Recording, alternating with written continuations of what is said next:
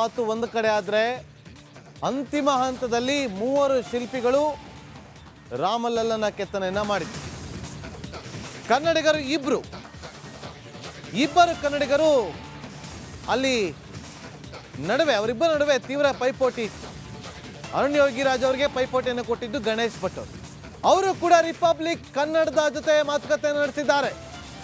ಕರ್ನಾಟಕದ ವಿಗ್ರಹ ಆಯ್ಕೆ ಆಗಿದ್ದು ನಮಗೆಲ್ಲ ಹೆಮ್ಮೆ, ಎಲ್ಲರೂ ಒಟ್ಟಿಗೆ ಒಂದೇ ಮನೆಯವರಂತೆ ಕೆಲಸವನ್ನ ಮಾಡಿದ್ದೀವಿ. ಕರ್ನಾಟಕ ಶಿಲ್ಪ ಕಲೆಗಳ ಬೀಡು ಅನ್ನೋದು ಮತ್ತೊಮ್ಮೆ ಸಾಬೀತಾಗಿದೆ. ಅನೇಕ ಶಿಲ್ಪ ಶೈಲಿಗಳ ತವರೂರು ನಮ್ಮ ಭಾರತ. ಕರ್ನಾಟಕ ಅಂದು ಇಂದು ಮುಂದೆಯೂ ಕೂಡ ಶ್ರೇಷ್ಠ ಅಂತ ಅವರು ರಿಪಬ್ಲಿಕ್ ಕನ್ನಡದ ಜೊತೆ ಎಕ್ಸ್ಕ್ಲೂಸಿವ್ ಆಗಿ ಮಾತನಾಡಿದ್ದಾರೆ. ಭಟ್ರಿದ್ದಾರೆ, ಜೈಲ್ ಭಟ್ರಿದ್ದಾರೆ, ಹೇಳ್ತಾ ಇದ್ರು ನೋಡಿ ನಾವೆಲ್ಲರೂ ಕೂಡ ಒಟ್ಟೊಟ್ಟಿಗೆ ಕೆಲಸ ಮಾಡ್ತಾ ಇದ್ವಿ, ಎಲ್ಲರೂ ಕೂಡ ಅಣ್ಣ ತಮ್ಮಂದ್ರ ಥರ ಅಂತ ಹೇಳಿ ನೀವು ಹೇಳ್ತಾ ಇದ್ರಿ. ಈಗ ಎಷ್ಟೋ ಜನ ಕರ್ನಾಟಕದ ಶಿಲ್ಪಿಗಳ ಬಗ್ಗೆ ಬಹಳ ಹೆಮ್ಮೆಯ ಮಾತುಗಳನ್ನು ಆಡ್ತಾ ಇದ್ದಾರೆ. ಎಲ್ಲೊಂದು ಕಡೆ ಮತ್ತೊಮ್ಮೆ ಕರ್ನಾಟಕ ಅರುಣ್ ಯೋಗಿರಾಜ್ ಅವ್ರು ಹೇಳ್ತಾ ಇದ್ದ ಹಾಗೆ ಶಿಲ್ಪ ಕಲೆಗಳ ಬೀಡು ಅನ್ನೋದು ಮತ್ತೊಮ್ಮೆ ಮಗದೊಮ್ಮೆ ಸಾಬೀತಾಗ್ತಿದೆ ಅಂತ ಹೇಳಿ. ಹೌದು, ಭಾರತ ನೋಡಿ ಇಡೀ ಭಾರತದಲ್ಲಿ ಸುಮಾರು ಒಂದು 20-25 ಶಿಲ್ಪ ಶೈಲಿಗಳು ಬೆಳೆದು ಬಂದಿದೆ 2000 ವರ್ಷಗಳಿಂದ. ಗಂಗಾ, ಕದಂಬ, ಚಾಲುಕ್ಯ, ಹೊಯ್ಸಳ, ರಾಷ್ಟ್ರಕೂಟ, ವಿಜಯನಗರ, ಪಲ್ಲವ, ಶಾತವಾಹನ ಅಥವಾ ಕಾಕತೀಯ, ಚಂಡೇಲ, ಗುಪ್ತ, ಮೌರ್ಯ, ಅನೇಕ ಶಿಲ್ಪ ಶೈಲಿಗಳನ್ನು ಅನೇಕ ಮಾಧ್ಯಮಗಳಲ್ಲಿ ಭಾರತದಲ್ಲಿ ನೋಡ್ಬೋದು. ವಿದೇಶಿಯರಿಗೆ ಇದೊಂದು ವಿಶೇಷವಾದಂತಹ ಕಲೆ ಮತ್ತು ಸಂಸ್ಕೃತಿಯನ್ನು ನೋಡೋದಕ್ಕೆ ಸಿಕ್ಕ ಅವಕಾಶಗಳು. ಆ ತರಹದ ಶಾಸ್ತ್ರೀಯ ಪರಂಪರೆಯನ್ನು ನೋಡಬೇಕಾದ್ರೆ ಅಯೋಧ್ಯ ಕೂಡ ಮೊದಲು ಬಹಳ ಮೂಲದಲ್ಲಿದ್ದಿತ್ತು. ಹಾಗಾಗಿ ನಾನು ಈ ವಿಷಯದಲ್ಲಿ ಭಾಳ ಹೆಮ್ಮೆ ನನಗೆ ಏನು ಅಂತಂದರೆ, ಇಡೀ ಭಾರತವನ್ನು ನೀವು ನೋಡಿದವಾಗ ಕರ್ನಾಟಕ ಅತಿ ಹೆಚ್ಚು ಶಿಲ್ಪ ಶೈಲಿಗಳನ್ನು ದೇಶಕ್ಕೆ ಕೊಟ್ಟಿದ್ದರಲ್ಲಿ ಮೊದಲನೆಯದು ಅನ್ನೋ ಮಾತನ್ನು ಹೇಳ್ತೇನೆ. ಆದ್ದರಿಂದ ಕರ್ನಾಟಕ ಅವತ್ತೂ ಶ್ರೇಷ್ಠವೇ, ಇವತ್ತೂ ಶ್ರೇಷ್ಠವೇ, ಯಾವತ್ತೂ ಶ್ರೇಷ್ಠವೇ. ಕರ್ನಾಟಕದ ಶಿಲ್ಪಿಗಳನ್ನು ಆರಿಸಿಕೊಂಡು ರಾಮಲಲ್ಲ ಇಲ್ಲಿ ಕೂರೋದಕ್ಕೆ ಮನಸ್ಸು ಮಾಡಿಕೊಂಡು ಒಂದು ಕರ್ನಾಟಕದ ಎರಡು ಗಣೇಶ್ ಭಟ್ರೆ, ಈಗ ನಮಗೆ ಹೆಂಗಿದ್ದು ಅಂತಂದರೆ, ಒಂದು 3 ಶಿಲ್ಪಿಗಳಿದ್ದಾರೆ, ಅದು ಟ್ರಸ್ಟ್ ಮುಂದೆ ಹೋಗುತ್ತೆ, ಆಮೇಲೆ ಅವ್ರು ಆಯ್ಕೆ ಮಾಡ್ತಾರೆ ಅಂತ.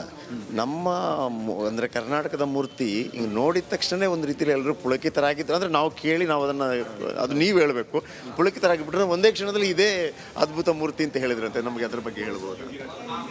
ಯಾವ ಇನ್ನೊಂದು ಸರಿ ಹೇಳಿ. ರಾಮನ ಮೂರ್ತಿಯನ್ನು ಟ್ರಸ್ಟ್ಗಳು ಆಯ್ಕೆ ಮಾಡೋಕೆ ಬೇರೆ ಬೇರೆ 3 ಶಿಲ್ಪಿಗಳು ಕೆತ್ತಿರ್ತಾರಲ್ವ, ಬೇರೆ ಬೇರೆ ಒಂದು ಅಂತ. ನಮ್ಮ ಈ ಕರ್ನಾಟಕದ ಅರುಣ್ ಯೋಗಿರಾಜ್ ಅವರ ಮೂರ್ತಿ ಆಯ್ಕೆ ಆಗುವಂಥ ಸಂದರ್ಭದಲ್ಲಿ ಅಂದರೆ ಎಲ್ಲರೂ ಒಮ್ಮತದಿಂದ ಇದು ಬಹಳ ಅದ್ಭುತವಾಗಿದೆ ಅನ್ನುವಂಥ ರೀತಿಯಲ್ಲಿ ಪ್ರತಿಕ್ರಿಯೆ ಬಂತು ಅಂತ ನಾವು ಕೇಳ್ಪಟ್ವಿ, ಗೊತ್ತಿಲ್ಲ ನಮಗೆ. ಆ ಸಂದರ್ಭದಲ್ಲಿ ನಿಮಗಾದಂಥ ಆನಂದ ಅವ್ರು ಹೇಳಿದರು. ಆ ವಿಷಯದಲ್ಲಿ ನೋಡಿ, ನಮ್ಮ ಬೆಸ್ಟ್ ಕೆಲಸಗಳನ್ನು ನಾವು 3 ಜನನೂ ಕೊಟ್ಟಿದ್ದೀವಿ. ಆಯ್ಕೆಯ ಮನಸ್ಥಿತಿ, ಆಯ್ಕೆ ಮಾಡುವಂಥವರ ಮನೋಭಾವನೆಗೆ ಅನುಗುಣವಾಗಿ ಆ ಸಂದರ್ಭದಲ್ಲಿ ಅದು ಉಚಿತ, ಇದು ಉಚಿತ ಅನ್ನುವಂಥದ್ದು ಅವರವರ ನಿರ್ಧಾರ. ನಾವು ದೇಶದ ಕೆಲಸಕ್ಕೆ ಪ್ರಾರಂಭ ಮಾಡಿದ್ದೀವಿ. ದೇಶಕ್ಕೆ ಏನು ಒಳ್ಳೆಯದನ್ನು ಕೊಡ್ಬೋದು, ಭಾರತೀಯತೆಯನ್ನು, ಶಾಸ್ತ್ರೀಯತೆಯನ್ನು, ಅಖಂಡತೆಯನ್ನು, ಇದೆಲ್ಲವುದನ್ನು ಗಮನದಲ್ಲಿಟ್ಕೊಂಡು ಜೊತೆಗೆ ಅದರ ಭದ್ರತೆಯನ್ನು ನಾವು ವಿಚಾರ ಮಾಡಿಕೊಂಡು ನಮ್ಮ ಬೆಸ್ಟನ್ನು ನಾವು ಕೊಟ್ಟಿದ್ದೀವಿ.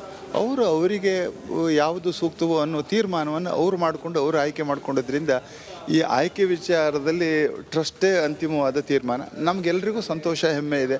ಕರ್ನಾಟಕದಾಗಿದೆ ಅನ್ನೋದು ಬಹಳ ಮುಖ್ಯ. ಆದ್ದರಿಂದ I wish him for all the best. ಈಗ ಯಾವುದೇ ಒಂದು ದೊಡ್ಡ ಜವಾಬ್ದಾರಿ ಇದ್ರೂ ಕೂಡ ಅದು ಮುಗಿದ ತಕ್ಷಣ ಹಬ್ಬ ನಿರಾಳ ಅನ್ನೋ ಮನೋಭಾವನೆ ಇರುತ್ತೆ. ನಿಮ್ಮಗಳಿಗೆ ರಾಮಲಲ್ಲ ಅಂದರೆ ಇಡೀ ವಿಶ್ವ ಕಾತರವಾಗಿತ್ತು ಯಾವ ರೀತಿಯ ಮೂರ್ತಿಯಲ್ಲಿ ಪ್ರತಿಷ್ಠಾಪನೆ ಆಗುತ್ತೆ ಅಂತ ಹೇಳಿ. ಹಾಗಾಗಿ ಮಹತ್ತರವಾದ ಕೆಲಸ. ಈ ಕೆಲಸ ಆಯ್ತಪ್ಪ, ಮೂರ್ತಿ ಕೆತ್ತನೆ ಆಯಿತು, ಆಯ್ಕೆ ಆಯಿತು, ಪ್ರತಿಷ್ಠಾಪನೆ ಆಯಿತು. ಹೇಗಿದೆ ಇವಾಗ ಮನಸ್ಸು? ನಿರಾಳವಾಗಿದೆಯಾ? ಭಾಳ ಸಂತೋಷ, ಆನಂದ ನಮಗಿದ್ದೇ ಇರುತ್ತೆ. ನಮ್ಮ ಶಿಲ್ಪವು ಆದಷ್ಟು ಬೇಗ ಅನಾವರಣಗೊಳ್ಳುವಾಗಲಿ ದೇಶಕ್ಕೆ ಸುಖ ಶಾಂತಿ ನೆಲೆಸುವಂತೆ ನಮ್ಮ ರಾಮಲಲ್ಲನೂ ಕೂಡ ಈ ರಾಮಲಲ್ಲನಿಗೆ ಕೈ ಜೋಡಿಸಿಕೊಂಡು ಒಂದೇ ದೇವಾಲಯದಲ್ಲಿ 3 ಶಿಲ್ಪಗಳನ್ನು ಏಕಕಾಲದಲ್ಲಿ ನೋಡುವಂಥ ಅವಕಾಶ ಭಾರತೀಯರಿಗೆ ಲಭ್ಯವಾಗಲಿ, ಭಾರತದ ವಿವಿಧ ಕಲಾವಿದರ ವಿವಿಧ ವಿಚಾರಗಳ ಸ್ವರೂಪಗಳನ್ನು ನೋಡುವುದಕ್ಕೆ ಸಹಾಯ ಸಹಕಾರ ಆಗಲಿ ಅನ್ನುವ ಶುಭಾಶಯಗಳನ್ನು ನಾನು ಕೋರ್ತಾ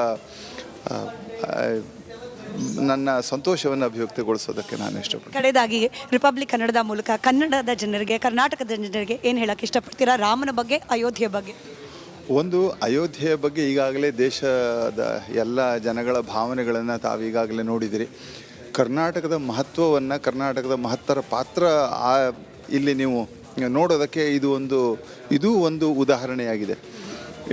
ಇಡೀ ಭಾರತದಲ್ಲಿ ಹೇಗೆ ಕರ್ನಾಟಕದ ವಿಶೇಷ ಶೈಲಿಗಳನ್ನು ಕೊಟ್ಟಂತಹ ರಾಜ್ಯ ಕರ್ನಾಟಕ ಹೇಗಾಗಿತ್ತೋ ಹಾಗೆ ಕರ್ನಾಟಕದ ಪಾತ್ರವೂ ಕೂಡ ಅಯೋಧ್ಯೆ ವಿಚಾರದಲ್ಲಿ ಅಷ್ಟೇ ಮಹತ್ತರ ಪಾತ್ರವನ್ನು ಹೊಂದಿದೆ.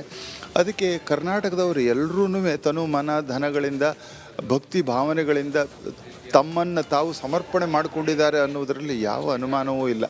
ಆದ್ದರಿಂದ ಕರ್ನಾಟಕದ ಜನತೆಯ ಶ್ರದ್ಧೆ ಭಕ್ತಿಗೆ ಗೌರವವನ್ನು ಬೆಲೆಯನ್ನು ಹೆಚ್ಚಿಸುವ ದೃಷ್ಟಿಯಲ್ಲಿ ನಾವು ಕೂಡ ಭಾರತೀಯತೆ ಶಾಸ್ತ್ರೀಯತೆ ಪರಂಪರೆಯನ್ನು ಇಟ್ಟುಕೊಂಡು ನಮ್ಮ ರಾಮಲಲ್ಲಾನನ್ನು ನಿರೂಪಣೆ ಮಾಡಿ ಕೊಟ್ಟಿದ್ದೀವಿ. ಈ ಅವಕಾಶ ಕೊಟ್ಟಂತಹ ಟ್ರಸ್ಟ್ಗೆ ಮತ್ತು ನಮ್ಮನ್ನು ಪ್ರೋತ್ಸಾಹಿಸಿ ಇಲ್ಲಿವರೆಗೆ ತಂದು ಬೆಳೆಸಿದಂಥ ಭಾರತೀಯರಿಗೆ ಮತ್ತು ವಿಶೇಷವಾಗಿ ಕರ್ನಾಟಕದ ಜನತೆಗೆ ನಾನು ಆಭಾರಿಯಾಗಿದ್ದೇನೆ, ಚಿರಋಣಿಯಾಗಿದ್ದೇನೆ. ಜೈ ಕರ್ನಾಟಕ ಅನ್ನೋದಕ್ಕೆ ನಾನು ಇಷ್ಟಪಡ್ತೇನೆ. ಜೈ ಕರ್ನಾಟಕ. ಧನ್ಯವಾದ ಸರ್. ಕ್ಯಾಮ್ರಾ ಪರ್ಸನ್ ಮಧು ಹಾಗೆ ಶಿವು ಜೊತೆ ಸ್ಮಿತಾ ರಂಗನಾಥ್, ರಿಪಬ್ಲಿಕ್ ಕನ್ನಡ